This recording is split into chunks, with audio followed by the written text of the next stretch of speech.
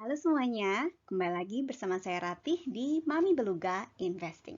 Di video ini masih dalam rangkaian seri LQ45 dan kali ini saya akan membahas dua perusahaan, yaitu satu PT AKR Corporindo Tbk dengan kode saham AKRA, dua PT Vale Indonesia Tbk dengan kode saham INCO atau INCO.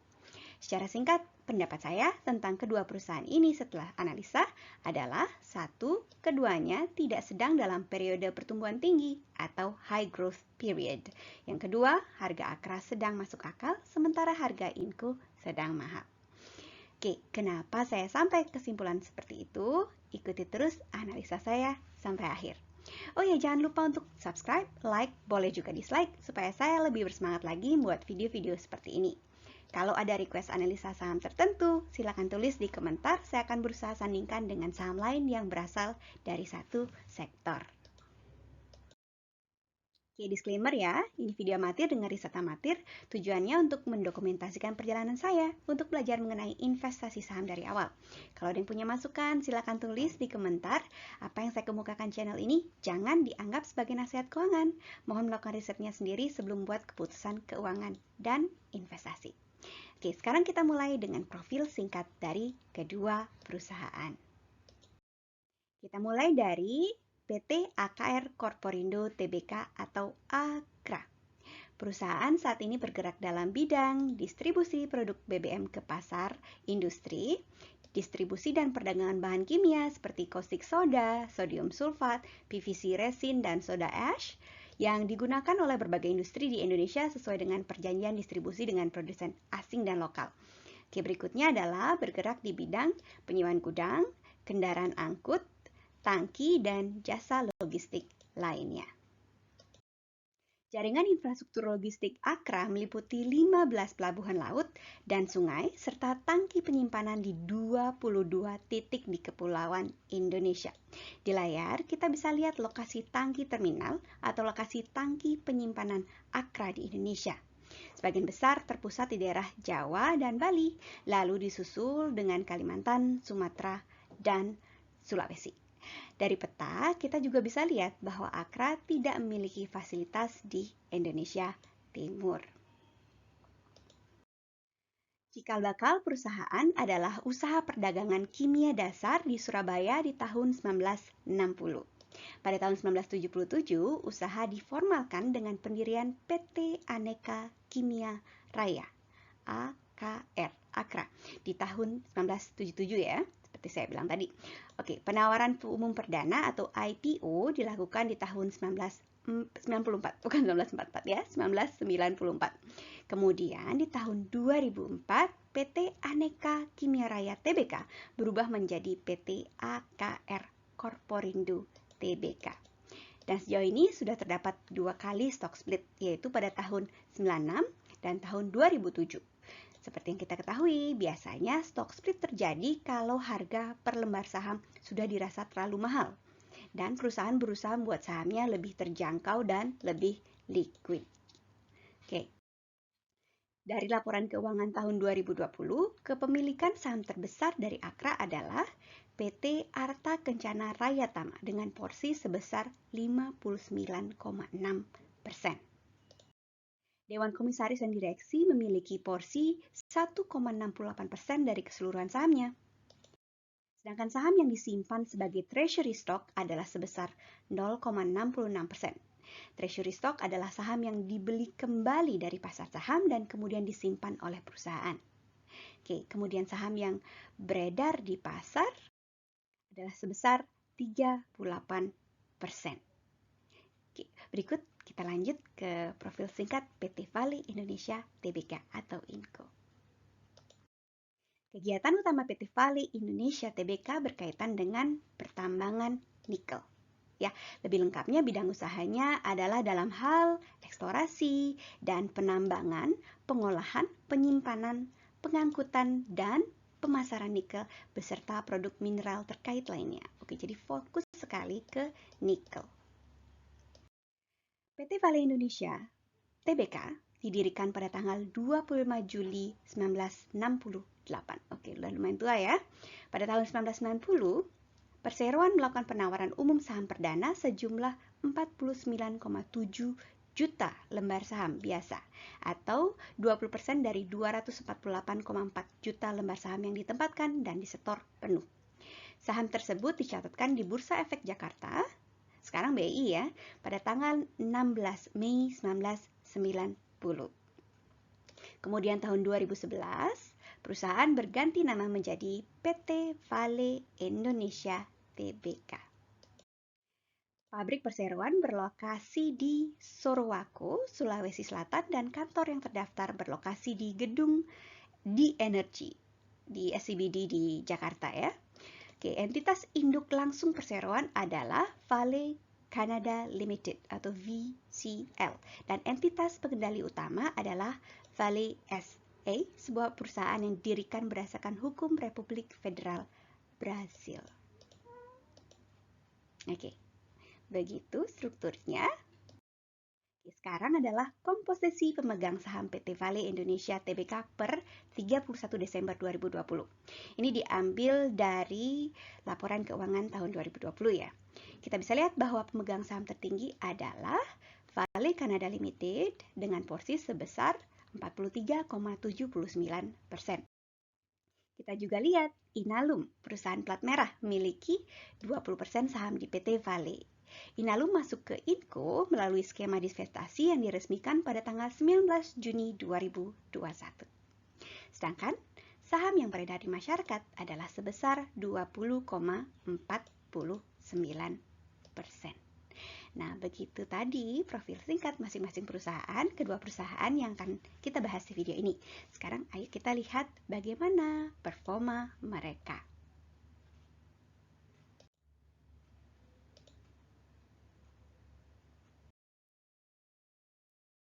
Oke, di grafik ini saya plot laba per saham dari Akra dan Inco sejak tahun 2007. Laba per saham juga disebut sebagai earning per share atau EPS. Makanya di layar saya tulis EPS 2007-2020 ya, jadi judul slide-nya. Di kedua grafik saya plot garis horizontal hijau putus-putus untuk menandakan level 0. Kalau data EPS ada di bawah garis 0, artinya perusahaan sedang mencatat kerugian. Untuk Akra, secara umum kita lihat sejak tahun 2007, Akra tidak pernah merugi. Kita lihat ada peningkatan drastis di tahun 2011, tapi setelah itu secara umum masih tetap terdapat tren peningkatan, tapi memang tidak pernah sebesar tahun 2011. Untuk Inco, kita bisa lihat laba perusahaan turun drastis di periode 2011-2012. Perusahaan ini bahkan sempat merugi di tahun 2017. Pendapatannya sepertinya tidak begitu stabil, tapi semenjak tahun 2017 seperti ada tren peningkatan pendapatan, walaupun belum sampai sebesar sebelum tahun 2011. Oke, begitu pergerakan EPS-nya semenjak tahun 2007. Kalau di sini ya. Sekarang mari kita lihat kinerja perusahaan di 2 tahun terakhir secara lebih dekat. Mari kita lihat EPS per kuartal tahun 2019-2020.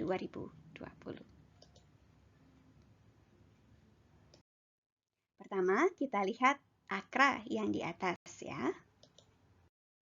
Akra sempat merugi di kuartal kedua 2020, tapi secara keseluruhan seperti yang kita lihat di slide sebelumnya, pendapatan di tahun 2020 masih positif. Lain halnya dengan Inco yang sempat merugi di awal 2019, sebelum pandemi ya, yaitu kuartal pertama dan kedua tahun 2019. Kemudian di kuartal keempat tahun 2020, pendapatan Inco sempat hampir menyentuh angka 0. Tapi secara keseluruhan tahun 2020, seperti yang kita lihat di slide sebelumnya, pendapatannya masih positif. Nah, begitu tadi kita lihat kemampuan kedua perusahaan ini untuk menghasilkan laba dan pengaruh pandemi terhadap labanya. Sekarang mari kita lihat seberapa banyak laba dari perusahaan ini yang dibagikan ke pemegang saham. Mari kita lihat sejarah pembagian dividennya. Untuk melihat bagian laba perusahaan yang dibagi menjadi dividen, di grafik saya plot 3 lapis informasi. Agak rame ya, saya jelasin satu-satu sekarang ya. Oke, yang pertama adalah dividen per tahunnya yang saya plot sebagai noktah-noktah tebal yang dihubungkan dengan garis tebal, seperti yang kita lihat di layar. Di tiap nokta juga saya lengkapi dengan dua informasi dalam bentuk teks di atas dan di bawah. Teks bagian atas adalah jumlah dividen per saham dalam rupiah, dan teks yang di bawah adalah prosentase dividen terhadap laba. Nah, sekarang mari kita mulai lihat lebih dekat. Kita mulai dari AKRA. Di layar kita bisa lihat AKRA rutin membagikan dividen semenjak tahun 2006.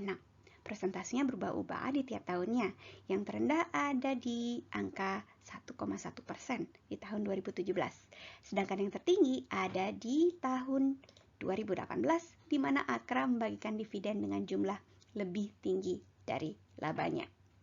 Di tahun sebelumnya, labanya cukup tinggi tapi dividennya tidak terlalu tinggi. Kemungkinan di sini tahun 2018 AKRA berusaha membagikan dividen atau cash yang tertahan dari tahun sebelumnya. Oke, lanjut ya. Tahun ini, tahun 2021, AKRA sudah sempat membagikan dividen dan jumlahnya cukup besar, yaitu Rp75 per saham yang merupakan 97% dari laba per sahamnya sejauh ini. Biasanya AKRA membagikan dividen 2 kali setahun ya, di bulan Mei dan bulan Agustus. Jadi masih ada 1 kali lagi kemungkinan ya. Sekarang mari kita lanjut dengan INCO. Dari tahun 2006 sampai dengan 2014, INCO rutin membagikan dividen yang besarnya juga mirip dengan AKRA ya, berfluktuasi. Di tahun 2012 dan tahun 2013, jumlahnya bahkan melampaui laba per sahamnya. Mungkin juga mirip dengan AKRA, dia membagikan cash atau laba yang tertahan di tahun-tahun sebelumnya, karena tahun sebelumnya lumayan banyak laba yang tidak dibagikan. Ini kemungkinan ya. Oke, lanjut lagi. Kemudian semenjak tahun 2015, INCO tidak membagikan dividen sampai dengan tahun ini, tahun 2021. Oke, di bulan Mei tahun ini, INCO membagikan dividen sebesar Rp47,3 per saham, yang merupakan 97,3% dari laba per sahamnya sejauh ini. Oke, begitu dividennya ya, berapa banyak yang laba yang dibagikan ke pemilik perusahaan atau pemilik saham. Sekarang, mari kita lihat apakah kedua perusahaan ini cukup menarik untuk dikoleksi. Kita lihat harga wajarnya menurut rasio perbandingan atau PE ratio. Rasio perbandingan antara harga dan laba atau PE ratio. Ada berbagai macam metode untuk mengetahui harga wajar dari suatu perusahaan. Untuk saya, saat ini saya fokus ke price to earning ratio atau PE ratio atau PER. Beberapa orang bilangnya PER, P-E-R. Mungkin saya akan buat satu video sendiri ya mengenai metode-metode ini, yang kenapa saya memilih metode price to earning ratio. Untuk sekarang simpelnya, kenapa saya pilih metode PE ratio? Karena setidaknya kemauan saya ya, untuk siklus analisis saya yang kali ini, yang dimulai dari akhir 2020 sampai dengan sekarang masih berjalan, saya mau fokus ke kemampuan perusahaan untuk menghasilkan laba dahulu. Oke, segitu dulu. Sekarang kita lanjut lagi ke harga wajar dari AKRA dan INCO. Untuk mulai berapa harga wajar dari kedua perusahaan ini, saya plot 3 lapis informasi. Yang pertama adalah harga. Harga adalah informasi yang paling gampang dicari ya. Kita Google aja, lalu harga, pergerakan harga muncul. Yang kedua adalah harga di PE atau Price to Earning Ratio 10. Di sini saya plot sebagai garis hijau putus-putus. Price to Earning Ratio adalah perbandingan antara harga dengan laba perusahaan seperti yang saya sudah sebutkan sebelumnya. Kasarnya angka Price to Earning Ratio 10. Kenapa saya buat 10 ya? Artinya adalah harga sahamnya 10 kali lipat dari labanya di saat itu. Dengan PE ratio 10 itu saya berharap akan balik modal dalam waktu 10 tahun. Secara konservatif, saya anggap harga di bawah PE 10 itu sebagai murah. Ini kasarnya ya, sebelum mempertimbangkan hal-hal lain dari perusahaan tersebut, termasuk juga pasar dan sebagainya. Ketiga, harga di PE 15. Saya plot sebagai garis kuning putus-putus. Saya anggap perusahaan sudah mahal kalau harga sahamnya di atas garis kuning ini. Keempat adalah harga di PE 20. Saya plot sebagai garis merah putus-putus. Saya anggap harga saham sangat mahal banget kalau ada di atas garis merah putus-putus. Oke, di video-video sebelumnya saya sebut garis merah putus-putus ini adalah garis borju ya, saham yang udah mahal. Secara sekilas kita lihat, balik ke layar ya, kita lihat secara singkat sekilas kalau dari standar saya, Akra harganya masuk akal, lebih masuk akal daripada Inco. Oke, sekarang kita lihat satu persatu, lebih dekat. Untuk Akra, harganya biasanya stabil di kisaran PI 20 sejak tahun 2013 sampai dengan awal tahun 2020. Pertengahan tahun lalu, tahun 2020, harganya sempat hampir menyentuh PI 10. Kemungkinan besar pada saat IHSG melemah rame-rame di bulan Maret. Setelah itu harganya gak jauh-jauh dari PI 10-nya loh. Seperti yang kita lihat di layar. Kemudian Inco kita bisa lihat harganya hampir selalu di atas PI 20. Ada satu saat di mana harganya menyentuh PI 10-nya, yaitu di tahun 2014. Itu dikarenakan harganya terlambat naik. Labanya naik drastis, tapi kenaikan harganya lambat ya, lambat mengikuti kenaikan labanya. Setelah itu, setelah sedikit penyesuaian, tren harganya berlanjut lagi selalu di atas PI 20-nya. Harganya sempat turun drastis di awal 2020 bersamaan dengan Akra. Jadi mirip ya kemungkinan ini pada saat penurunan IHSG rame-rame di bulan Maret 2020. Seperti yang kita lihat di layar ya, jauh sekali penurunannya. Sekarang saya mau membawa perhatian kita ke periode ini dalam kotak hitam ini ya, kita fokus ke sini ya. Sejak pertengahan tahun lalu, tahun 2020, harga Inco naik drastis. Kalau kita bandingkan dengan tahun-tahun sebelumnya, ini drastis sekali kenaikannya ya. Oke. Sempat turun di awal tahun ini, tapi walau turun, harganya masih tinggi sekali kalau dibandingkan dengan kemampuannya untuk mencetak laba. Bahkan kalau kita lihat harganya malah jauh melampaui seperti yang saya bilang tadi, pergerakan harga dari 2012 sampai dengan 2020. Ada kemungkinan karena kenaikan harga nikel secara global di periode yang sama, kenaikan harga nikel dunia ini juga bertepatan dengan pengumuman Tesla untuk menambah kapasitas produksi baterai secara agresif, di mana nikel adalah salah satu bahan penting dari baterai Tesla. Sekedar catatan juga, BUMN seperti yang saya sebutkan di awal tadi ya, BUMN masuk ke Inco yaitu di bulan Juni 2020 melalui skema divestasi.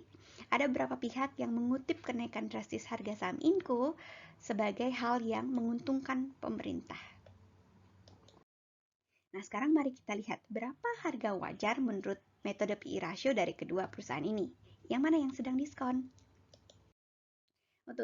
Oke, kita lihat ya untuk Akra, harga di PI 10-nya ada di kisaran 3.090-an berdasarkan laba di kuartal pertama 2021. Dan harganya per tanggal 21 Juni 2021, yaitu pada saat video ini dipersiapkan, adalah di 3.070 per lembar saham. Jadi harganya lebih murah, lebih rendah daripada harga di PI 10-nya. Kemudian untuk Inco, harga wajarnya yaitu di PI 10 adalah di kisaran Rp1.944 per lembar. Sedangkan harga per tanggal 21 Juni 2021 saat video ini dipersiapkan adalah Rp4.370. Oke, mahal sekali ya. Sekarang kita tahu kalau saham Inco ini harganya jauh sekali dari harga wajarnya berdasarkan labanya. Sentimen pasar kemungkinan besar didorong oleh harga komoditasnya dan bukan kinerja perusahaannya sendiri. Catat ini ya, dan hati-hati. Jadi hati-hati kalau memutuskan untuk membeli saham Inco. Oke, kesimpulan. Yang pertama, kedua perusahaan ini sepertinya tidak sedang berada di periode pertumbuhan besar atau high growth period. Kalau dilihat dari labanya, keduanya ada sedikit potensi kenaikan ke depannya, tapi mungkin tidak fantastis. Dari sisi dividen, kedua perusahaannya dividennya tidak stabil dan cenderung royal. Jadi saya agak ragu terutama dalam hal kemampuan perusahaan untuk ekspansi, ya menahan laba untuk ekspansi ya. Keempat, harga sekarang Akra sedang masuk akal. Sejauh ini sektor utamanya yaitu minyak masih bergairah karena belum ada penggantinya, tapi mungkin tidak lama lagi kalau kita menimbang potensi-potensi energi sumber terbarukan. Tapi kita juga perlu ingat, Akram juga memiliki bidang bisnis perdagangan, kimia dasar, logistik, dan lainnya, bidang yang lainnya ya. Jadi mungkin tidak sebegitu rentan dengan kondisi di sektor perminyakan.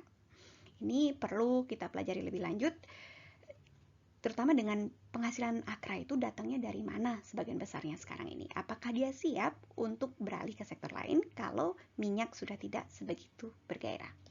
Berikutnya, untuk Inco harganya mahal sekali, seperti yang kita lihat tadi. Jadi harganya itu sepertinya didorong lebih banyak dari harga nikel dan bukan kinerja laba perusahaannya. Jadi kalau memutuskan untuk beli, silakan beli kalau yakin akan ada pertumbuhan gila-gilaan di masa depan. Inco kemungkinan memiliki peluang besar di nikel. Ini kemungkinan ya, terutama kegunaannya sebagai baterai. Apalagi digadang-gadang akan ada pabrik Tesla di Indonesia yang membutuhkan banyak supply nikel untuk baterai rechargeable mobil listriknya. Sejauh ini sayangnya belum ada kepastian tentang itu. Ini hati-hati, baca beritanya hati-hati. Isu atau benar-benar rencana.